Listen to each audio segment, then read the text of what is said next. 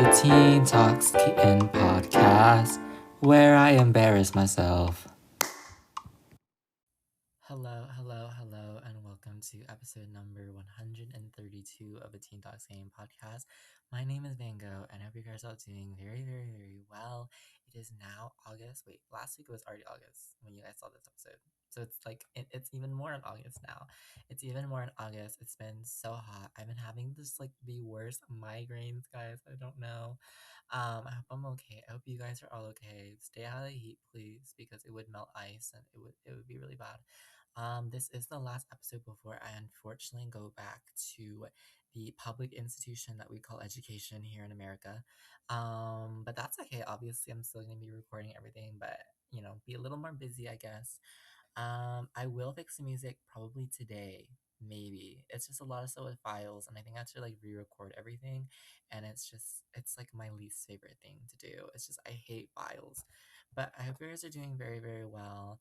Again, it's been so hot, so stay out of the heat. Please drink water. Please watch some figure skating. I feel cold when I watch figure skating.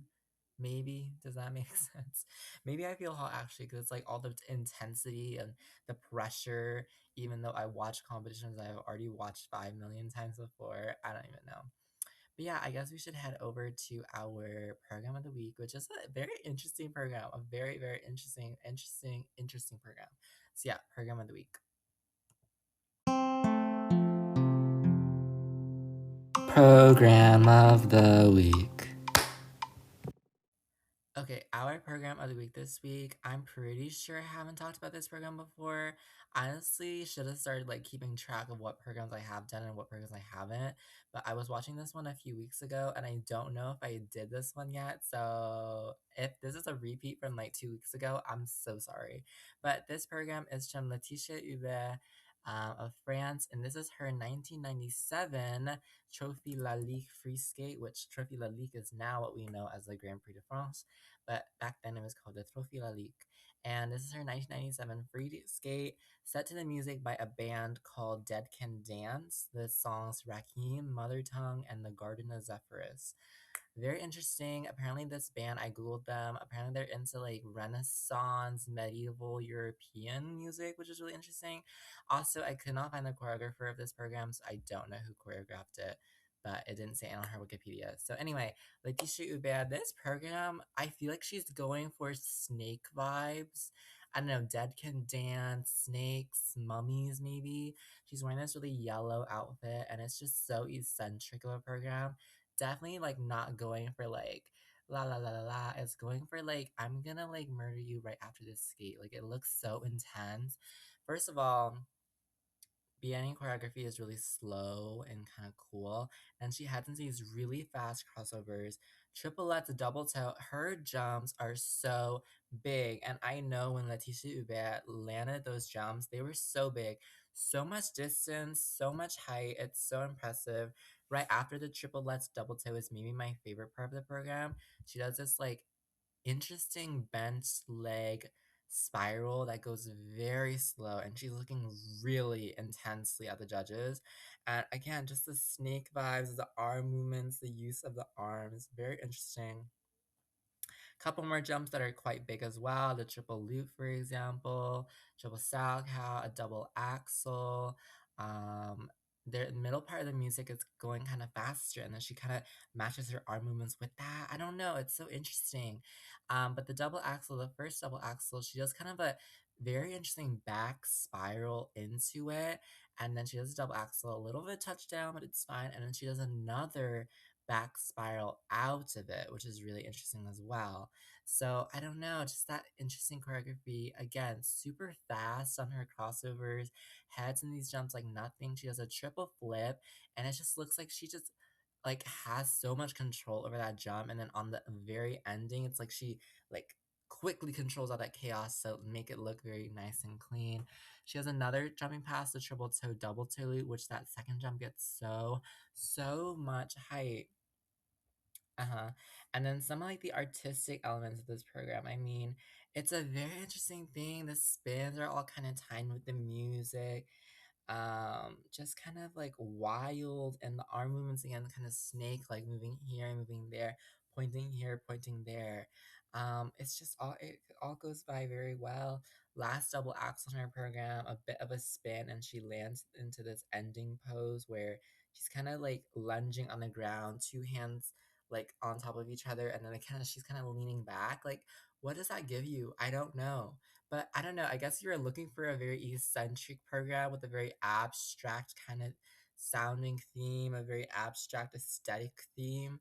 This is the program to go to because I'm so confused by this program. I love this program, but I'm so confused by what it's supposed to be. That it's good. It's like fine art. It's genuinely like modern art. Like, oh my gosh, it's like modern art. But yeah, a really great program. I also wanted to note that the kiss and cry at this competition was kind of insane because like why are they sitting on like glass chairs meant for talk shows? Like that does not look comfortable. You just skated a 4 minute program and then you get off the ice to sit on these like really small glass kind of chairs, clear plastic chairs. I don't even know, but it's very interesting. All I had to say. But yeah, let's head over to our main episode. But definitely go check it out. Letitia Hubert, her 1997 Trophy La Ligue free skate, the music by Dead Can Dance, Rakim, Mother Tongue, and the Garden of Sepphoris. Now let's head over to our main episode. That was your program of the week.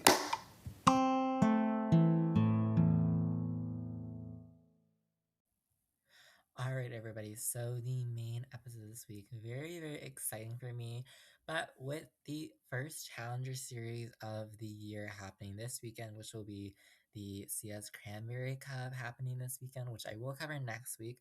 But with this first kind of major senior international competition happening this weekend, I would say that the 2026-2027 figure skating season has officially come to a start, which is very exciting. Obviously, a new figure skating season, lots of more competitions and stories and skaters, and so much more content from me. Obviously, that's a little more interesting.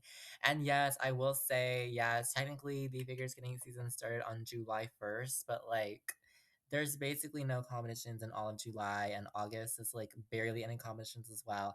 So like, you know what? It's fine. It's totally fine. Like, what did you want me to do? What did you want me to talk about? There was literally nothing. And so I decided for this episode to kind of be my season opening episode. We say goodbye to the last season, 2025, 2026, the Olympic season.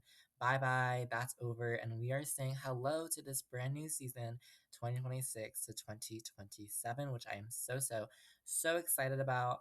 Obviously, I think I was just like so bored after March because there was absolutely no competitions after, but there was still, a good amount of drama, a good amount of like retirements, a good amount of partner switches, a good amount of everything that I covered. So, go back a few episodes if you want to listen to what things happened over this summer.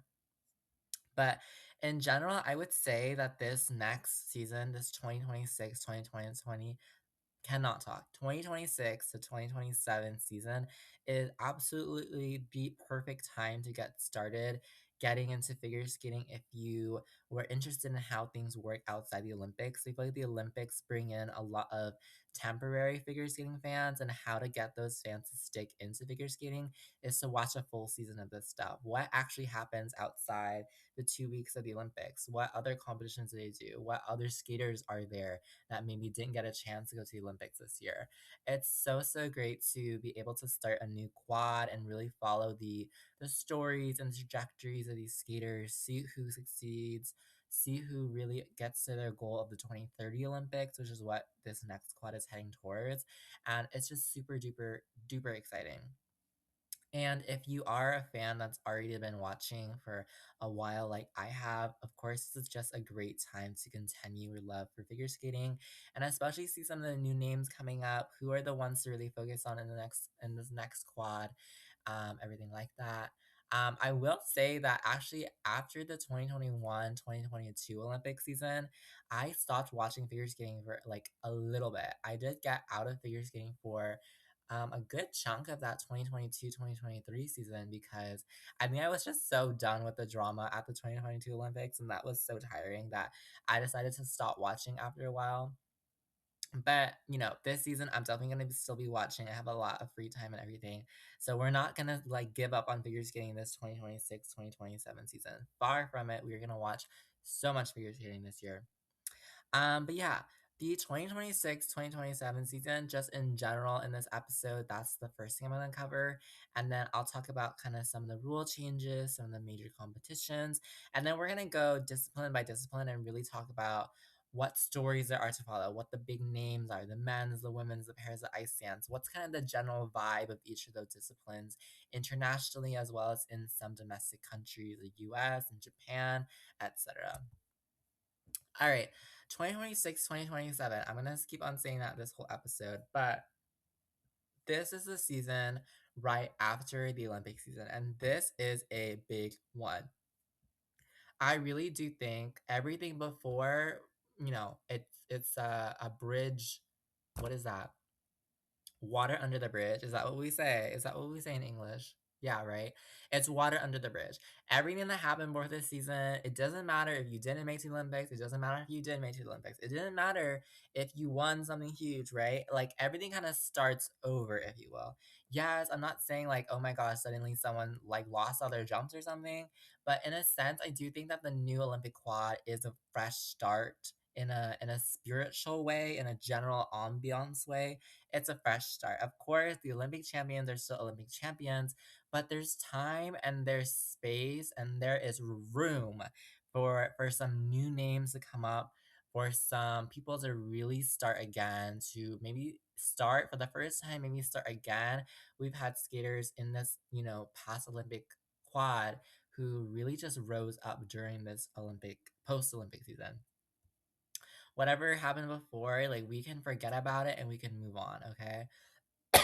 So, I mean, there's so many cool things that happen with the post Olympic quad. Obviously, there's these new rules and everything.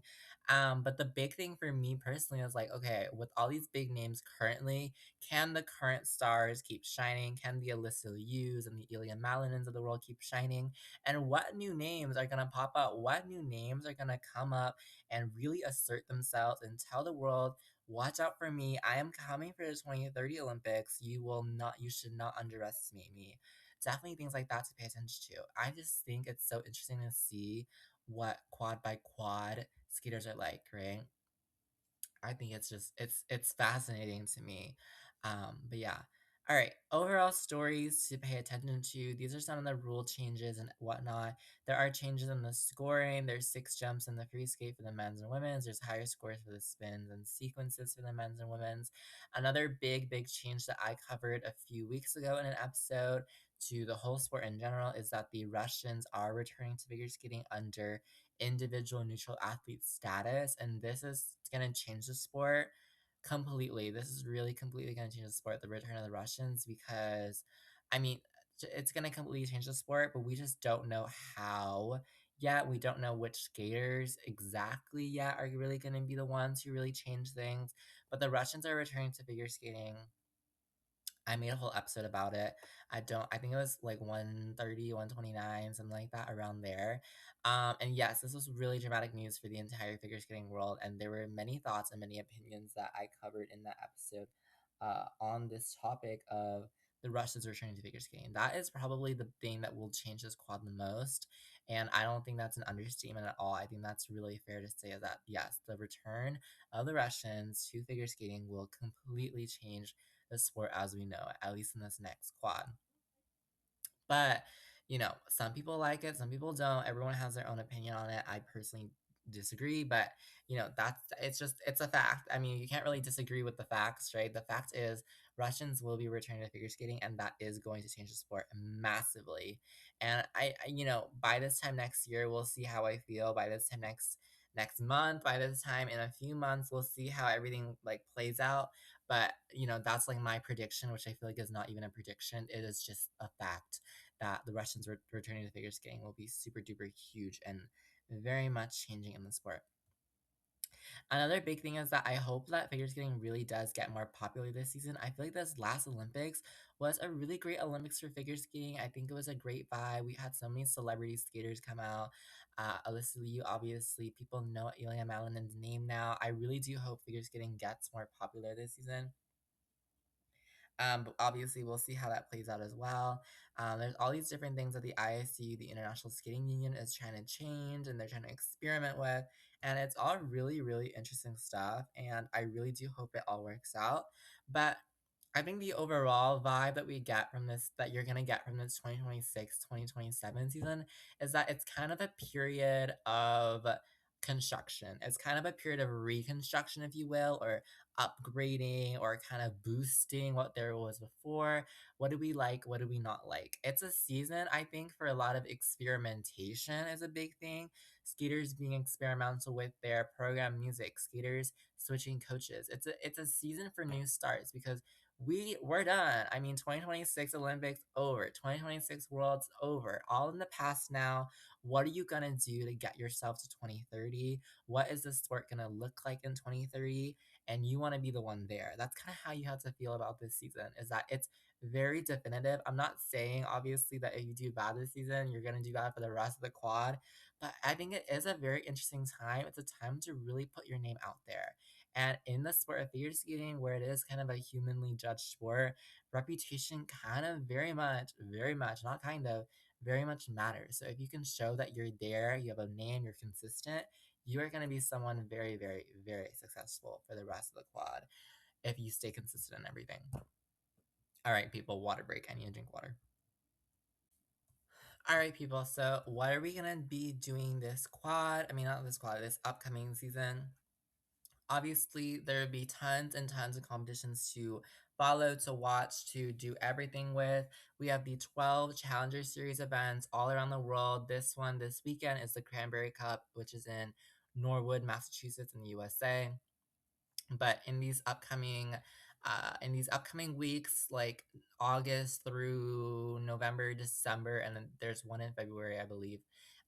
Will be a ton of events around the world. In Japan, there will be a Challenger Series competition. In Europe is where most of them are, and it will be there in Italy. We'll be there in Germany. We'll be there in Poland. We'll be there in lots of countries in Europe. Okay. All right. The Grand Prix this year, I mean, the Grand Prix, I'm so interested in the Grand Prix. I'm going to be so stuck and watching my TV and everything because I'm so interested in these Grand Prix. We have 6 Grand Prix this year, as always. We have a Grand Prix in France, in Alger, France, in Kelowna, British Columbia, Canada, in Shenzhen, in China, Everett, Washington, in the United States, Helsinki, Finland, Tokyo, Japan, and the final will be held in Chongqing, in China as well.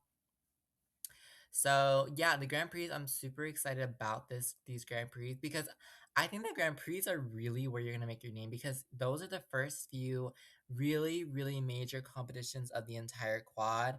And again, it's all about putting your name out there. It's all about your reputation. It's all about how consistent can you be?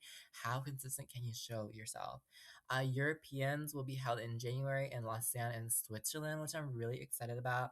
And then for continents, it's also going to be very exciting. It's going to be held in Astana in Kazakhstan, Kazakhstan's first championship event for the ISU. Worlds in 2027 in March will be held in Tampere in Finland, which is, I believe, just outside of Helsinki, a couple hours from Helsinki. And then to end off the season with everyone's favorite fun, kind of nonsense, kind of overscored event, we'll be having the World Team Trophy event in Tokyo, Japan. So it's about to be a very jam-packed season. Lots and lots of competitions. It's going to be a lot of drama. It's going to be a lot of fun. It's going to be a lot of tension. But obviously, everything kind of depends on the people skating in it. So the rest of this episode is really going to be kind of thoughts on the men's field, thoughts on the women's field, thoughts in the pair field, and thoughts in the ice dance field because anything can happen in each of these 4 disciplines. Anything can happen. Let's talk about some of the men here. I mean, I'm listing out kind of some of the major men here who I think are really going to be the leaders. And then I have some like names here and there. All right, the redemption of Ilya Malinin is my first point. We were shocked, the whole world, the whole figure skating world was very shocked at the 2026 Olympics in the men's event.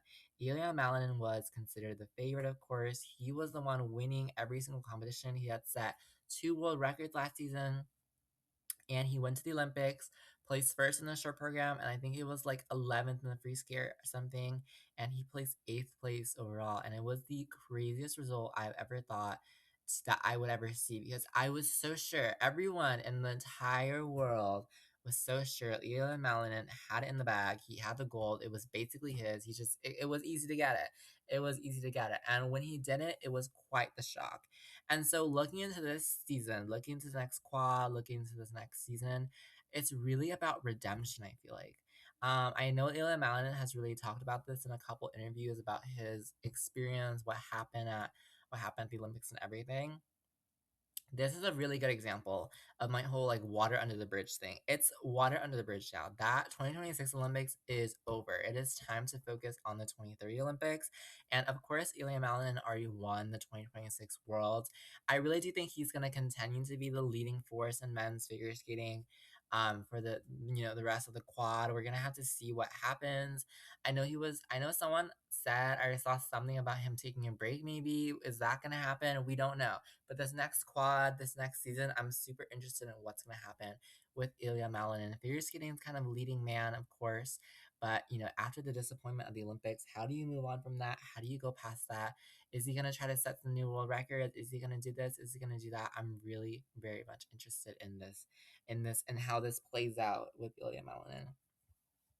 Another skater who is really seeking some redemption this season is Mr. Jason Brown, also the USA. I'm so invested in Jason Brown and his redemption journey.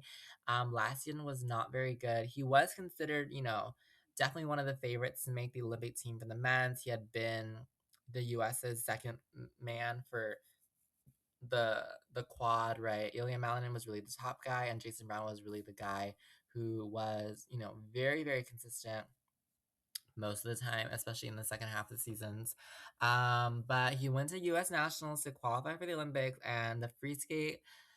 I have nightmares thinking about it. I have nightmares thinking about that free skate. It was genuinely the most tragic thing I've ever watched in my life, and I never want to watch it again. So yeah, I think Jason Brown is someone really looking for redemption. I don't know if he's gonna skate for the whole quad. I don't know if it's just this season, but he needs redemption, and I want to see it happen. He has two Grand Prix coming up. I hope he goes to nationals. I hope he goes to worlds, and I hope he really does get that redemption for himself because it would be amazing to see him get some redemption after that disappointing season. Also in the U.S., Jacob Sanchez, Andrew Torkashev. Those are two kind of the floating names around that are continuing to grow. Both of them are kind of trying to advance their technical power, especially Jacob Sanchez on the younger side just came out of juniors, but a very, very talented skater in Jacob Sanchez. So we're very interested in that. All right, we move from the US to Japan. Another big leading narrative coming into the season for the men is that there is no Yuma Kageyama. Yuma Kageyama is a two-time Olympic silver medalist. He was a silver medalist at Worlds as well. But him and Ilya Malinin have really been, is that how grammar works? They really were the top two men of the last few years. Ilya Malinin was definitely the dominant champion, but Yuma Kayama on certain occasions would throw down a very, very good skate. But Yuma Kayama has announced that he's taking a break for the season. I don't remember why. I think it might have been like university studies or injury or something like that. But he has confirmed he's not competing this season. No Yuma Kageyama, which is very interesting. He was, one of and I mean, probably in the top three skaters in the world, had won world medals, etc., etc., etc., etc. But that is not to say that the Japanese men do not have some stiff competition from coming from their country. Shun Sato is someone who to watch out for. He was a bronze medalist at the Olympics. He's been a bronze medalist at Worlds as well. We have Kao Miura too, which is super interesting. Kind of somewhat inconsistent, but also a very talented skater. I am praying that this next season is the season of my favorite Kazuki Tomono because it's Kazuki Tomono and everyone should love Kazuki Tomono. We have Sota Yamamoto too, which is really interesting. Some of these really bigger veteran names. One name that's kind of new, which is he is not kind of, he is new, but he is new coming in from the junior ranks is the name of Ryo Nakata, who is also from Japan, and he has been a very dominant force on the junior level. He has won the World Junior Figure Skating Championships, and he has won some big things. He's medaled at senior nationals in Japan as well, which is huge. And so even with the absence of Yume Kageyama this season, which is definitely someone, we feel that the absence of, we love Yume Kageyama. there is some stiff competition coming from Team Japan, and it's really interesting to me how that is all going to play out. Now, I keep on thinking about like water under the bridge. I guess it's like not the right thing to say because I'm not saying like everything resets. I'm just saying those competitions are in the past, but I'm not saying like the skater is completely different and they have to start over now. Here's a good example: Steven Gogolev. Steven Gogolev from Canada had quite an interesting season last season. He really did go from someone not really being considered for the Olympic team, not really being considered for much. He had had an injury. He had had growth spurts over his career, and he had just not been the most successful skater over his, the course of his career thus far. Then he came into last season. He won his first international title. He medaled on the Grand Prix. He won gold at Canadian Nationals. He went to the Olympics, did great in the team event for Team Canada, placed fourth in the individual event, and then went to World and placed fourth there as well. So I'm not saying, again, these results are something to know, that he just had a massive renaissance last season. And I'm very much predicting that that is going to continue into this season, and that Steven Goglev will become one of the new big names in men's figure skating, as if he already wasn't from his antics last season. But yeah, I mean, carrying that trajectory, carrying that reputation of being someone super dominant last season, it's really going to boost him in the next season. And I'm very excited to see where Steven Gogolev's career goes. Steven Gogolev's career goes because it was so crazy to me last season how he just kind of came out of nowhere and just like, yeah, I'm really, really, everything's great. Everything's great right now. It's so interesting. But yeah, that's something that's important to consider is that the trajectory and his reputation there from the end of last season, especially. All right, another skater who I want to talk about in the men's event is Mikhail Shidorov, who won the Olympics. Of course, he's the Olympic champion from Kazakhstan. It was a huge surprise. He was a huge dark horse for the Olympics, and he dominated that competition. He really did. Really great show program, really great free skate, and really put it all together when it really mattered. Now, Mikhail Shadorov had a great Olympics, and no discrediting that whatsoever because he's literally the Olympic champion. But last season leading up to the Olympics, he certainly was not the most consistent skater. He certainly wasn't the cleanest skater until the Olympics. And so this next season for Mikhail Shedorov is kind of proving, yeah, I'm the Olympic champion. I'm really, really great. I'm going to dominate this scene. It's really going to be interesting where Mikhail Shadorov's career goes as well. He's really had an up and down career, sometimes great, sometimes not so great. Made it to the Grand Prix final, I believe, twice. He's been to four continents as well. Been to World. He's medaled at World to the World Silver. And now he's put on really the big boy pants with the Olympic champion title.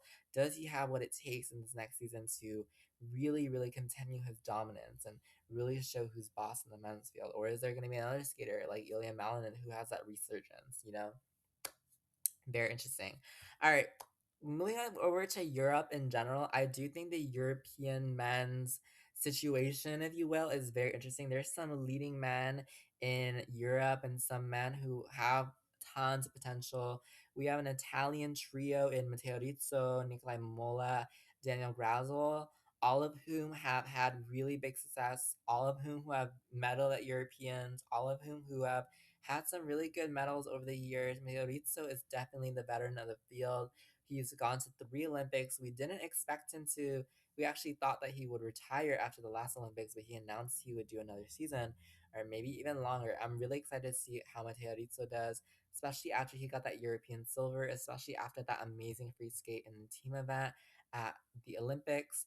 Nikolai Mamola is the youngest of this trio, but he has the quadlets, he has the quad flip, and he's been to Europeans and won a medal there as well, which is really interesting.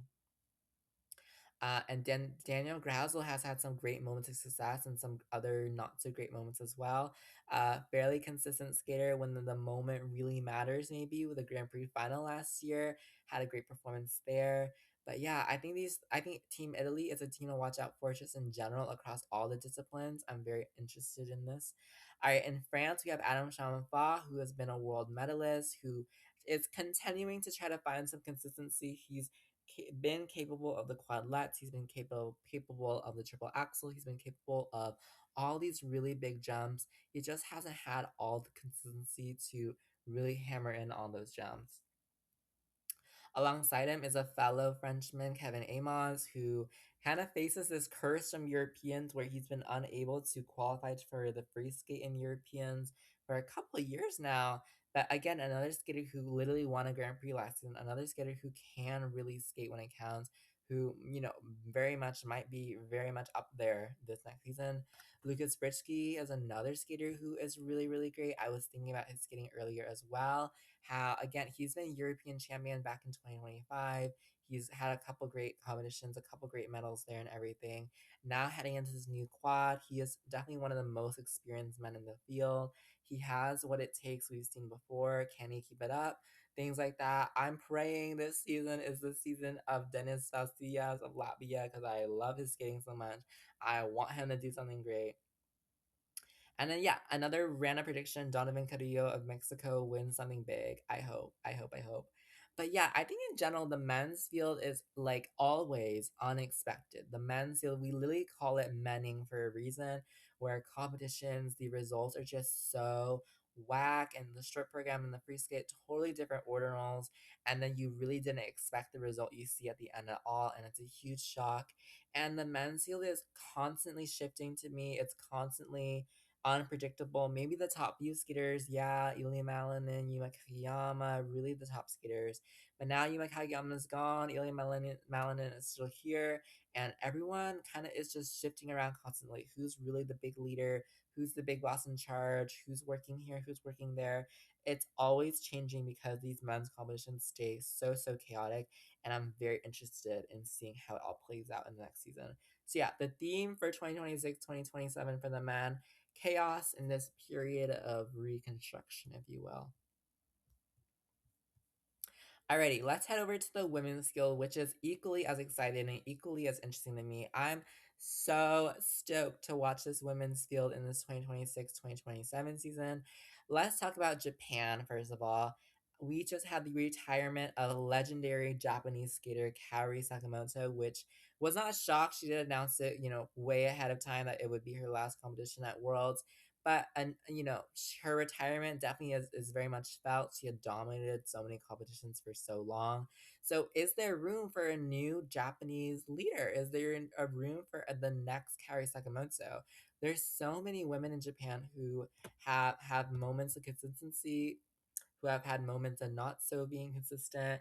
And we have some skaters, some beautiful artistic skaters like Yuna Aoki, for example. Wonderful skater, great edge work, great skills, great everything. Rinka Watanabe, who has attempted the triple axel but can be a little bit volatile in her jumps, so she can be very successful with them.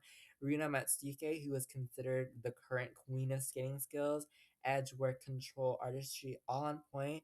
Rian Sumiyoshi, who has attempted the quad toe in the past. Amy Nakai, the junior who rose up into the senior ranks last season and made a big splash from the Olympic bronze. And Moni Chiba, who has really been one of the top Japanese women in the past few years. Went to Worlds, won a medal at Worlds, Olympics fourth place, really big name there. Or is it a whole new name that we haven't seen because this upcoming season we have the rise of Mao Shimada? This is very interesting to me. Mao Shimada was a junior skater. She won Junior Worlds 4 times, I believe, 3 times, 4 times. It was something crazy. She won every competition that she's ever been in on the junior level, and now she's a senior, and that should be very troubling for some people. She has a triple axel in her arsenal. She's done the quad toe before, and it is time for her to rise to senior ranks. This is what I mean by putting your name out there, because Mao Shimada is in the big leagues now. It is time to compete in the senior ranks.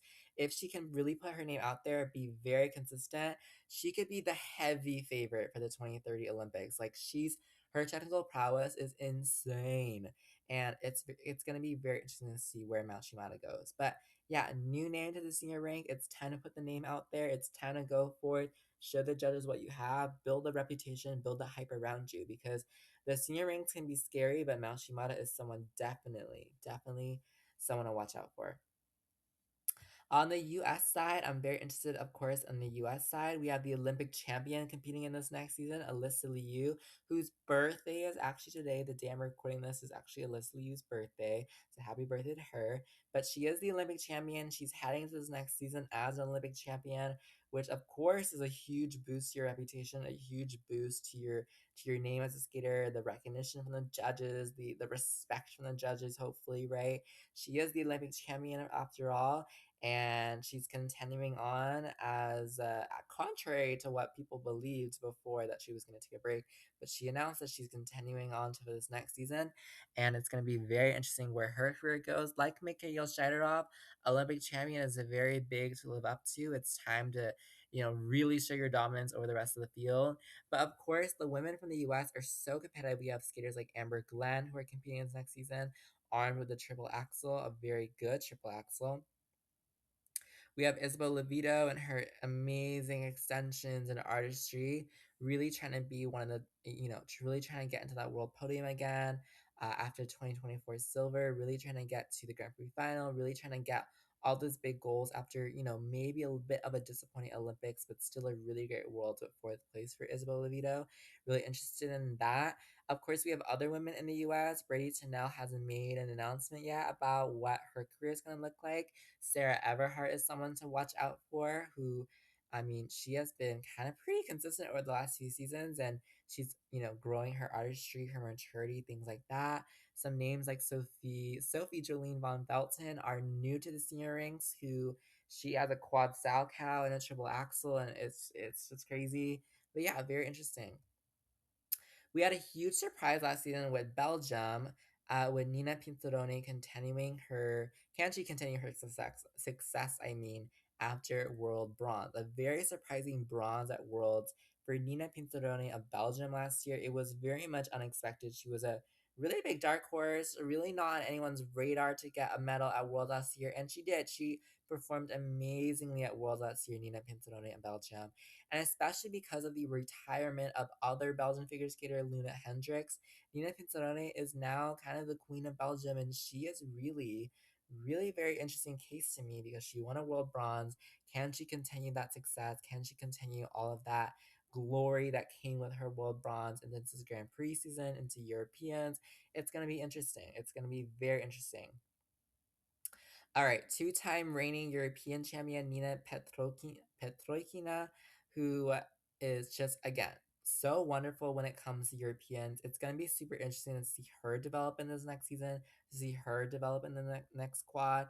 She had some injuries last season, but then came back for a really dominant second half of the season with really great results for her. Really very interesting to see, can she defend the European title again? Can she grow that European success into a world medal, into some Grand Prix medals for herself? It's very interesting to me there as well. Also in Europe, we have Anastasia Gubanova, who had a couple great results last season. She was ninth at the Olympics, I believe. Don't remember what she was at Worlds, but she did okay at Worlds as well. Gubanova, very, she's been a European champion. She's been a European medalist. It's interesting to see where she goes as well. Of course, we have Lara Nakagutman of Italy, who is just a skater. I keep on saying this about her. She has been growing even better and better and better and better every single season. She's been better in her programs and her expression, her progress, and her prowess is just so impressive to see because she keeps on growing every season. She gets cleaner every season. She gets bigger jumps every season. I'm expecting something even bigger for her in this upcoming season. I'm very interested in her. That's all the Europeans. Of course, the Russians are coming back, and there's been a lot of drama, especially around the Russian women's skaters, because those are considered kind of the biggest threats to the current field of women's figure skating is the Russian women's skaters compared to, I guess, their other disciplines. It's going to be such a toss up what happens with them and what happens to European figure skating because of them, but it's going to be interesting. All right, moving back into Asia, the Korean contingent is super competitive. We have some older names that have continued on. We have some newer names. We have Jia Shin, who made her senior debut last season. We have Yu Young, who hasn't competed for a bit, but then competed again. We have Haein Lee, who went to this last Olympics. Ah Sun Yoon, who has been around. Chaeyeon Kim, who won a bronze medal at 2020. What worlds was that? The 2025 Worlds. No, 2024 Worlds. Yeah, it was 2024 Worlds with Cheon Kim winning. She's back from injury. We have the Kim twins, Yusung Kim and Yujae Kim from South Korea, who have been in the junior field for a while and who they are now rising into the senior field, which will be very interesting. So yeah, it's a really big mix in the women's field. So many names of skaters who you know, have had a lot of results in the past, have had really great results in the past. Lots of new skaters coming up from the junior ranks, lots of skaters who have really built themselves up, built a better reputation trajectory, and they're using it now to prove that they're even better in the next quad. I'm so excited to see this. It's really going to be a big question in the women's field. Who will be the next dominant force? Who will stay maybe the dominant force? Will it stay at the list of you? What other names can put themselves out there? What other names are going to be trying the triple axles and the quads and really putting their names out there. But yeah, kind of like the men were chaotic, I think. I feel like the women's field in this next season, I think it's going to be a really big competition about who's really on top, who's the cleanest, who's the most consistent. And it's going to be so interesting how everything turns out. All right, for the pairs discipline, let's head over to the pairs discipline. Alrighty, pairs discipline after I drink some water because oh my gosh, my throat. All right, the Paris discipline is very, very, very interesting. I personally, again, I mean, I mentioned this so many times on this podcast. I still don't really watch pairs. I'm still not super duper interested in pairs. The biggest news that affected this pairs field heading into the next quad is the retirement of the team Miura and Kihara. They were a Japanese team who they were the 2026 Olympic champions. They were super successful in a variety of other fields. They were great. They were really really great. They had been world champions. They had been Grand Prix final champions. They had won so many big things over their career and their partnership together. But Miura Kihara are retired, so they're not there anymore. And so this next quad, there's some new names coming up to take that number one spot. Some new names really coming up. Staying on the topic of Japan, Japanese pair skating, I'm really excited for the Japanese team of Yuna Nagaoka and Sumitada Moriguchi. I'm really excited for them. I mean, they were so good at a couple competitions that they attended. They were at the Olympics. They won bronze at four continents. Then they had a fourth place finish at Worlds, which is really, really surprising and a really great result for them. So they seem to be the ones taking the torch over from Miura Kihara for Japanese pair skating. So I'm really excited for that. We had the team from Canada, Leah Pereira, Trent Michaud last year, who had a very surprise third place in the short program at the Olympics. Then they went to Worlds in Prague and they won a very surprise bronze medal there as well. Can they capitalize on that? Again, like Nina Pinzerone in the women's field, another surprise bronze medal. The big question really is when you win these really big medals as a surprise, can you capitalize on that? Can you really become one of the top skaters in the next quad? Can you really show the judges, yeah, that's the best of me, and you're gonna get that the rest of this next season. So it's gonna be a very defining season for Parami Show, just like Nina Pinzerone. Gonna be really defining in terms of how they continue skating. Can they show the judges that they are gonna continue to be world medal worthy, maybe even world title worthy? We have to see. We have to see.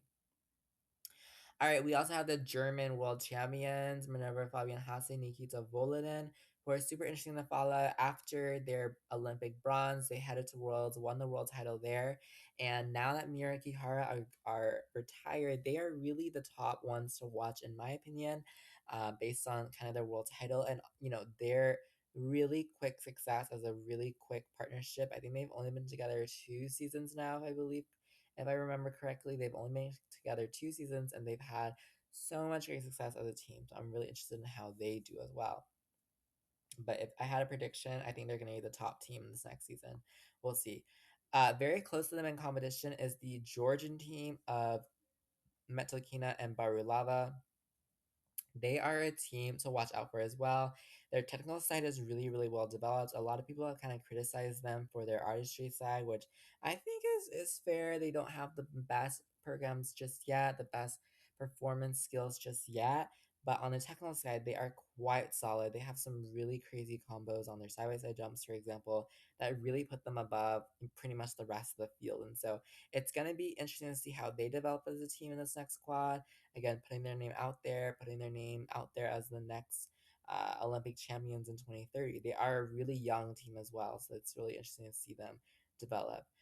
We had the retirement of uh, Maxime Deschamps, who skated with Deanna Salado Dudek, and so we haven't heard anything from them yet. But that was a major thing too. Deanna Salado Dudek, Maxime Deschamps, they had won the 2024 world title, and they had a couple other really great competitions. But Maxime Deschamps retired, so we don't know if Deanna Salado Dudek is continuing or what. We have to see.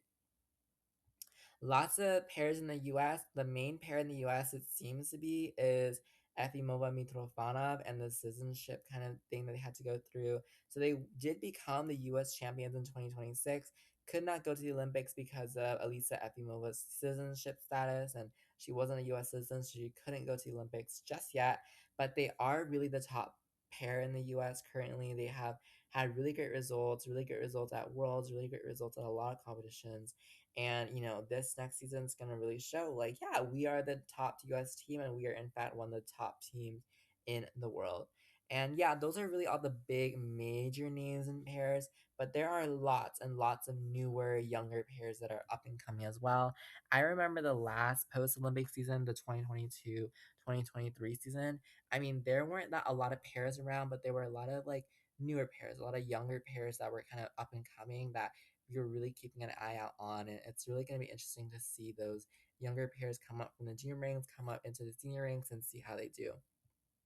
But that's pairs. All right, so ice dance is the last category, and ice dance this upcoming season I am quite interested in because the power hierarchy of ice dance, if you will, has shaken up quite a bit.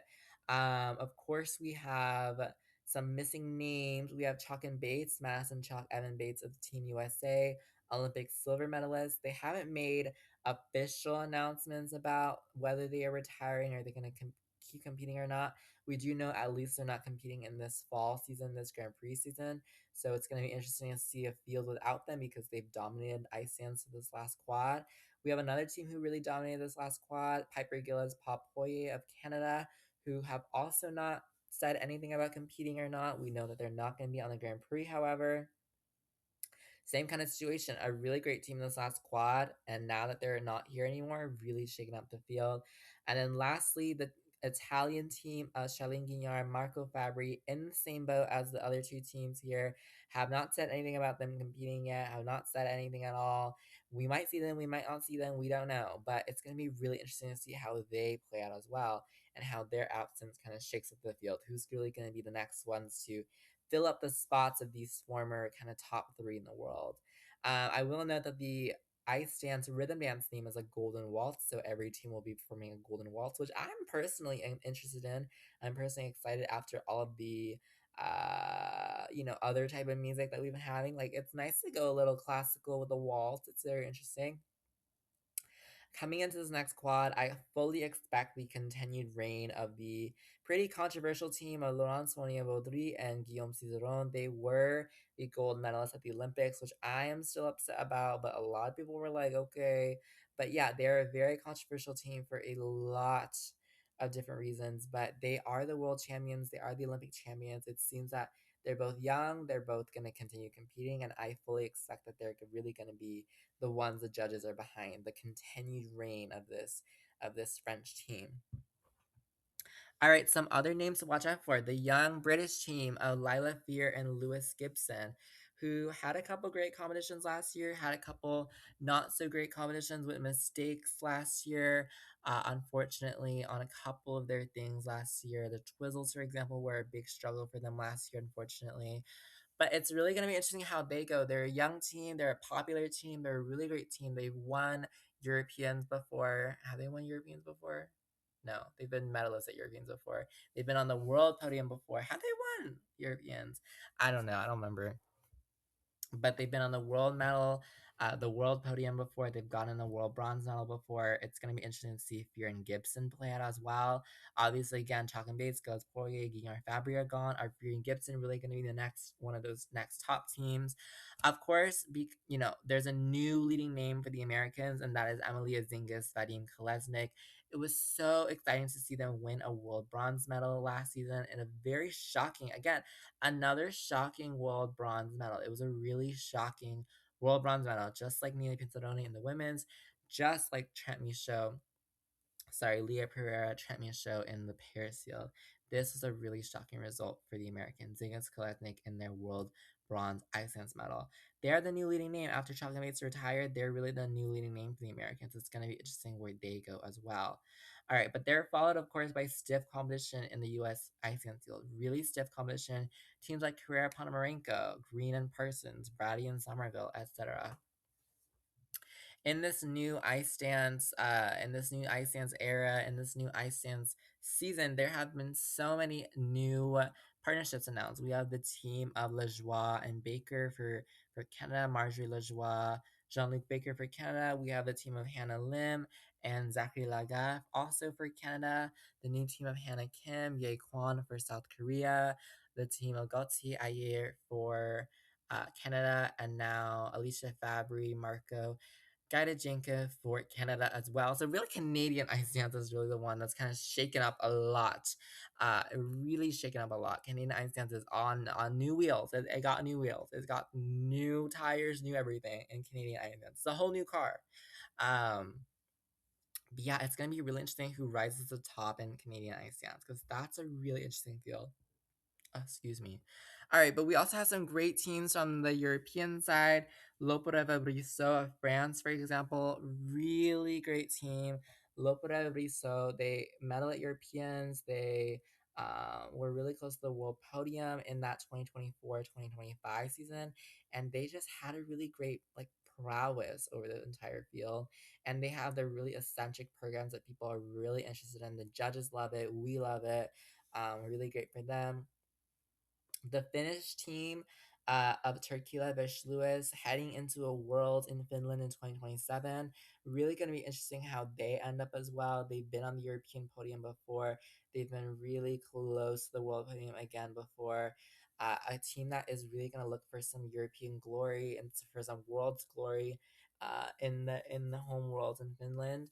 The other European team to mention, the Lithuanian team, Alison Reed, Salias, and Milevicius, who again have been on the European podium, have been really close to the world podium, have been to the Grand Prix final even.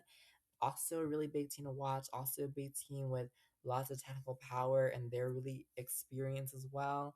Um, yeah, and so if there was a theme in ice dance, I guess I didn't mention a theme for pairs. The theme of pairs is that I don't watch pairs. The theme for men's was chaos. The theme for women's is who's going to be the next leader. The theme for ice dance is going to be restructuring. Like who's really at the top, who's in the middle pack, who's following closely behind. Ice dance is a hierarchy. Ice dance is a power hierarchy. You wait your turn. You wait until you're the next big skater. You wait until you're the one to be first place. And it does truly feel like, with the absence of so many of the top teams from this last season, from this last quad, that this 2026-2027 season is an opportunity for a lot of these teams to come up and come rise up and see who is really the next leaders. And it might be an ice dance couple we don't really expect, maybe even. So yeah.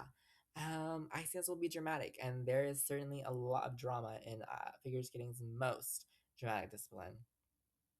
But yeah, that is all for this episode of the Teen Toss Game podcast. My name is Van Gogh.